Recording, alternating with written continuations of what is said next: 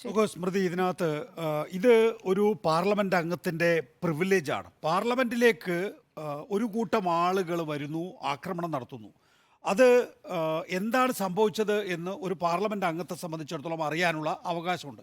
അവരുടെ പ്രിവിലേജിന്മേലാണ് ഇപ്പോൾ യഥാർത്ഥത്തിൽ സ്പീക്കറും അതുപോലെ തന്നെ ആഭ്യന്തരമന്ത്രിയും കടന്നു കയറി കളിച്ചുകൊണ്ടിരിക്കുന്നത് എന്നുള്ളതാണ് അഭിപ്രായം. നോക്കൂ, അതാണ് വളരെ പ്രധാനപ്പെട്ട കാര്യം. എന്തുകൊണ്ടാണ് പിന്നെ അങ്ങനെ ഒരു കളി കളിക്കുന്നത് എന്നുള്ളതാണ്. അവർ ഉയർത്തിയിട്ടുള്ള മുദ്രാവാക്യം, അവരുടെ മതം, അവർ വരുന്ന സ്ഥലങ്ങൾ, BJP അംഗമാണ് പാസ് അനുവദിച്ചിട്ടുള്ളത് എന്നുള്ളതുകൊണ്ട്. അപ്പോൾ ഇക്കാര്യത്തിൽ ഏതെങ്കിലും തരത്തിലൊരു സ്റ്റേറ്റ്മെൻറ്റ് നടത്തുകയാണ് എങ്കിൽ ആ സ്റ്റേറ്റ്മെൻറ്റിൻ്റെ കണ്ടൻറ്റ് എന്ന് പറയുന്നത് BJPയെ തന്നെയാണ് അലോസരപ്പെടുത്തുന്നത് എന്നുള്ളത് കൊണ്ടാണ് യഥാർത്ഥത്തിൽ BJP അക്കാര്യത്തിൽ അല്ലെങ്കിൽ കേന്ദ്ര മന്ത്രിസഭ അക്കാര്യത്തിലൊരു വിശദീകരണം പാർലമെൻറ്റിൽ നടത്താത്തത്. ഇന്നിപ്പോൾ ദ ഹിന്ദു റിപ്പോർട്ട് ചെയ്തിട്ടുള്ളത് പാർലമെൻറ്റിൻ്റെ സുരക്ഷ സംബന്ധിച്ചൊരു ഹൗസ് പാനലുണ്ട്. ആ ഹൗസ് പാനൽ ഇതുവരെ പുനഃസംഘടിപ്പിച്ചിട്ടില്ല എന്നുള്ളതാണ്. പുതിയ പാർലമെൻറ്റ് വരുന്നു, ആ പാർലമെൻറ്റിൻ്റെ സുരക്ഷാ സംവിധാനം വിലയിരുത്തുന്നതിനുള്ള ഹൗസ് പാനൽ പുനഃസംഘടിപ്പിക്കുകയോ അതിൻ്റെ ചെയർമാനെ നിശ്ചയിക്കുകയോ ചെയ്തിട്ടില്ല എന്നുള്ള ഗുരുതരമായ വീഴ്ച ഇന്ന് ദ ഹിന്ദു എന്ന ദിനപത്രം ചൂണ്ടിക്കാണിക്കുകയുണ്ടായി. TN പ്രതാപൻ ഇന്ന് ദ വയറിന് കൊടുത്തിട്ടുള്ള അഭിമുഖത്തിൽ അദ്ദേഹം പറയുന്നൊരു കാര്യമുണ്ട്. അതായത് BJP അംഗങ്ങൾ വന്നാൽ സന്ദർശകരെ യഥേഷ്ടം അനുവദിക്കുന്നു.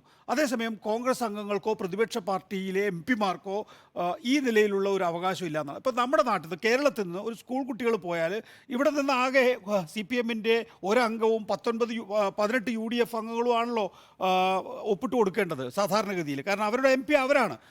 പക്ഷേ അവർക്ക് അങ്ങനെ ഒരു സ്കൂൾ കുട്ടികളെ ബൾക്കായി അകത്തേക്ക് കയറ്റാൻ കഴിയാത്ത സാഹചര്യമുണ്ട് എന്നാണ് പറയുന്നത്. അപ്പോൾ മാത്രമല്ല, വളരെ ഗുരുതരമായിട്ടുള്ളൊരു കാര്യം ഇനി ഞാൻ 10 മണിയുടെ വാർത്തയിൽ TN പ്രതാപനെ ടെലിഫോൺ ലൈനിൽ എനിക്ക് കിട്ടിയിരുന്നു.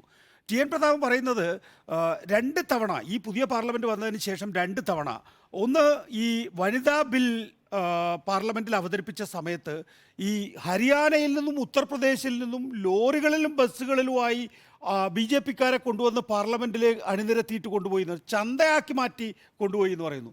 രണ്ടാമത്തേത് ഈ 4 നിയമസഭാ തെരഞ്ഞെടുപ്പുകളിലെ വിജയത്തിന് ശേഷം പാർലമെൻറ്റിൽ BJP അംഗങ്ങൾ ഡെസ്കിൽ തമ്പ് ചെയ്തിട്ട് മോദി മോദി മോദി എന്ന് പറയുന്ന ഒരു മുദ്രാവാക്യം കൊടുത്തല്ലോ. അപ്പം സന്ദർശക ഗാലറിയിൽ ഇരുന്നുകൊണ്ട് ആളുകൾ മോദി മോദി മോദി എന്ന് പറയുമായിരുന്നു എന്നാണ്. എനിക്ക് അത്ഭുതമായിരുന്നു. ആ സമയത്ത് എനിക്ക് PTT ആചാരി, സെക്രട്ടറി ജനറൽ എന്ന് പറയുന്നത് പാർലമെൻറ്റിൻ്റെ മുഴുവൻ സുരക്ഷാ കാര്യങ്ങളുടെയും ചുമതലക്കാരനാണ്. PTT ആചാര്യയെ സംബന്ധിച്ചിടത്തോളം അത് വിശ്വസിക്കാനാകുന്നില്ല. നമ്മൾ ഇന്നലെ ചർച്ച ചെയ്തത് എന്താണ്? ഒരു സന്ദർശക ഗാലറിയിൽ ഇരിക്കുന്ന ഒരാളെ സംബന്ധിച്ചിടത്തോളം ഒന്നിങ്ങനെ കൈ അനക്കിപ്പോയാൽ ഉടനെ തൊട്ടടുത്തിരിക്കുന്ന പോലീസ് ഉദ്യോഗസ്ഥൻ വന്നിട്ട് കൈ അവിടെ പിടിക്കും. നമ്മൾ എഴുന്നേറ്റ് കഴിഞ്ഞ് കഴിഞ്ഞാൽ നമ്മളെ വിളിച്ച് പുറത്താക്കും. ഇതിപ്പോൾ പറയുന്നത് നമുക്ക് ഒരു പാർട്ടിക്ക് അനുകൂലമായി, ഒരു നേതാവിന് അനുകൂലമായി മോദി മോദി മോദി എന്ന് പറയുന്ന മുദ്രാവാക്യം വിളിക്കാൻ കഴിയുമെന്നാണ് പറയുന്നത്. അങ്ങനെ വിളിച്ചിട്ടുണ്ടെന്നാണ് പറയുന്നത്. TN പ്രതാപൻ പറയുന്നത്, ഞാൻ എന്നിട്ട് ഇതാ വെല്ലിലേക്ക് ഓടിച്ചെന്നു, സ്പീക്കറോട് പറഞ്ഞു ഇതാ സന്ദർശക ഗാലറിയിൽ നിന്ന് ആളുകൾ മുദ്രാവാക്യം വിളിക്കുകയാണെന്ന് പറഞ്ഞു. സ്പീക്കർ കണ്ട ഭാവം നടിച്ചിട്ടില്ല എന്നുള്ളതാണ്. അപ്പോൾ നമ്മൾ ഇന്നലെ സംശയിച്ചതുപോലെയൊന്നുമല്ല. സ്വാഭാവികമായും അനക്കം കാണുകയോ അല്ലെങ്കിൽ എഴുന്നേറ്റ് നിൽക്കുന്നതോ ഇപ്പോൾ യഥാർത്ഥത്തിൽ തടയുന്നില്ല. അവർക്ക് വേണമെങ്കിൽ ലോക്സഭാ ഹാളിലേക്ക് ചാടാൻ കഴിയുന്ന എന്ത് ആക്ടിവിറ്റിയും ഈ സന്ദർശക ഗാലറിയിൽ അവർക്ക് ചെയ്യാൻ കഴിയുന്നുണ്ട് ഇപ്പോൾ എന്നുള്ളതാണ് പ്രത്യേകത. അപ്പോൾ ഇതൊക്കെ, ഒന്ന് പാനൽ ഇല്ല എന്നുള്ളത്, 2 ഈ സന്ദർശക ഗാലറിയിൽ ആർക്കും അറഞ്ചം പുറഞ്ചം വരാമെന്നും അവർക്ക് എന്ത് ആക്ടിവിറ്റിയിലും ഏർപ്പെടാം എന്നുമുള്ളതിൻ്റെ ദുരന്ത ഫലമാണ് യഥാർത്ഥത്തിൽ ഇന്നലെ അനുഭവിച്ചത് എന്നുള്ളതാണ്. നേരത്തെ സുജയ ചൂണ്ടിക്കാണിച്ച ഈ LK അദ്വാനിയുടെ വിഷയം, അല്ല 2001 13-ാം തീയതി സംഭവിച്ച കാര്യത്തെക്കുറിച്ച് പറഞ്ഞു. നോക്കൂ, അന്ന് പാർലമെൻറ്റിൽ മുഴുവൻ ചോരയാണ്. സാധാരണഗതിയിലുള്ള ഒരു സംഭവമല്ല, ഒരു തീവ്രവാദി ആക്രമണമാണ് ഉണ്ടായിട്ടുള്ളത്. പാർലമെൻറ്റിൻ്റെ ചുവരുകളിൽ ചോര പുരണ്ടിരിക്കുകയാണ്. അവിടെയൊക്കെ ആർക്കും, നമ്മൾ ആ സമയത്ത് എല്ലാവരെയും സെൻട്രൽ ഹാളിലേക്ക് മാറ്റുകയും സെൻട്രൽ ഹാള് എന്ന് പറയുന്നിടത്തേക്ക് ഭീകരർ വരില്ല എന്നുള്ള ഒരൊറ്റ നിഗമനത്തിൽ അവിടെയൊക്കെ എല്ലാവരെയും വിന്യസിച്ചു എന്നുള്ളതാണ്. പിന്നെയും അതിൻ്റെ ഏതൊക്കെ ഫ്ലോറുകളിൽ എവിടെയൊക്കെ അവരെത്തിപ്പെട്ടിട്ടുണ്ടെന്ന് ഒരു പിടിയുണ്ടായിരുന്നില്ല അന്ന്. പിന്നീട് പുറത്തേക്ക് ആളുകളെ മാറ്റിയതും പിന്നീട് അതിനേക്കാൾ രാത്രിയായതിനു ശേഷമാണ് ഇവാക്യുവേറ്റ് ചെയ്തിട്ടുള്ളത്. അപ്പോൾ ആ നിലയിൽ ഇവിടെ അതല്ല സംഭവിച്ചിട്ടുള്ളത്. പിന്നീട് ദിവസങ്ങൾ കഴിഞ്ഞാണ് പാർലമെൻറ്റിന് ശരിയായ രീതിയിൽ ഫംഗ്ഷൻ ചെയ്യാൻ സാധിച്ചിട്ടുള്ളത്. അന്ന് ആഭ്യന്തരമന്ത്രിയായിട്ടുള്ള LK അദ്വാനിയും പാർലമെന്റിൽ പെട്ടുപോയ ആളാണ്. അദ്ദേഹത്തിന്റെ മുറിയിൽ അദ്ദേഹം ഒരു യോഗം ചേർന്നുകൊണ്ടിരിക്കുന്ന സമയത്താണ് ഈ സ്റ്റോം ഉണ്ടാകുന്നത് അകത്തേക്ക്. അദ്വാനിയുടെ പേരിലുള്ള ഹോം മിനിസ്റ്ററുടെ സ്റ്റിക്കറുമായിട്ടാണ് കയറുന്നത് വണ്ടി. അദ്വാനിയുടെ വാഹനം എന്നുള്ള നിലയ്ക്കാണ് കയറുന്നത്. ആഭ്യന്തര വകുപ്പിന്റെ വാഹനങ്ങളെ പരിശോധിക്കില്ല എന്ന് തിരിച്ചറിഞ്ഞവർ അങ്ങനെ ഒരു സ്റ്റിക്കർ ഉണ്ടാക്കിയിട്ടാണ് അകത്തേക്ക് കയറുന്നത് എന്നുള്ളതാണ്. അപ്പോൾ ഞാൻ പറഞ്ഞു വരുന്നതെന്ന് വെച്ച് കഴിഞ്ഞാൽ ആ ഘട്ടത്തിലെ തൊട്ടടുത്ത മണിക്കൂറിൽ സഭ ചേർന്നിട്ടൊന്നുമില്ല. ഇത് തൊട്ടടുത്ത മണിക്കൂറിൽ സഭ ചേർന്നിട്ടുണ്ട്.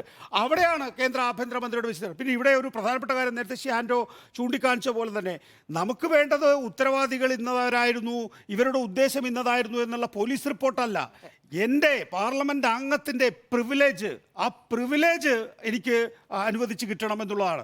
ആ പ്രിവിലേജ് അനുവദിച്ച് കിട്ടണമെന്ന് പറയുമ്പോൾ എന്നെ പിടിച്ച് സഭയിൽ നിന്ന് പുറത്താക്കുകയാണ് ഇവർ ചെയ്യുന്നത്.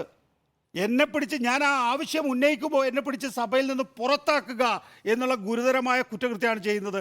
ഇവരുടെ രാഷ്ട്രീയ ലക്ഷ്യങ്ങൾ നേടാനാകുന്നില്ല എന്ന് കാണുമ്പോൾ അതിനെ നേരത്തെ ഉണ്ണി ചൂണ്ടിക്കാണിച്ച പോലെ തന്നെ ഇപ്പോൾ മണിപ്പൂർ, ഇന്നും ഞാൻ ജീവിക്കുന്ന ഈ രാജ്യത്തിൻ്റെ പ്രധാനമന്ത്രി ഒരു സംസ്ഥാനം നിന്ന് കത്തിയല്ലോ മാസങ്ങൾ. ഏറ്റവും ഒടുവിൽ 9 പേര് മരിച്ച വെടിവെപ്പ് തീർന്നിട്ടില്ല, ഇപ്പോഴും അമഞ്ഞു കത്തുകയാണ്. ആ സംസ്ഥാനം സന്ദർശിച്ചിട്ടില്ല. അവരെ സംബന്ധിച്ചിടത്തോളം അവരുടെ രാഷ്ട്രീയ ലക്ഷ്യം നിർവഹിക്കുന്നതിന് വേണ്ടി ആ സംസ്ഥാനത്തെ കത്തിക്കുകയാണ് എന്ന് ഞാൻ പറയും. നോക്കുക, ഇവിടെ അവരുടെ രാഷ്ട്രീയ ലക്ഷ്യത്തിന് ഉപയോഗിക്കാൻ കഴിയുന്ന ഒരു പുൽവാമ ആയിരുന്നുവെങ്കിൽ എന്തൊക്കെ സംഭവിക്കുമായിരുന്നു ഇത്.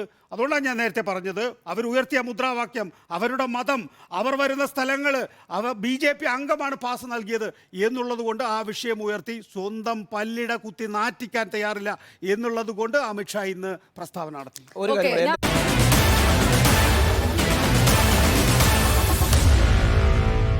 Meet the editors.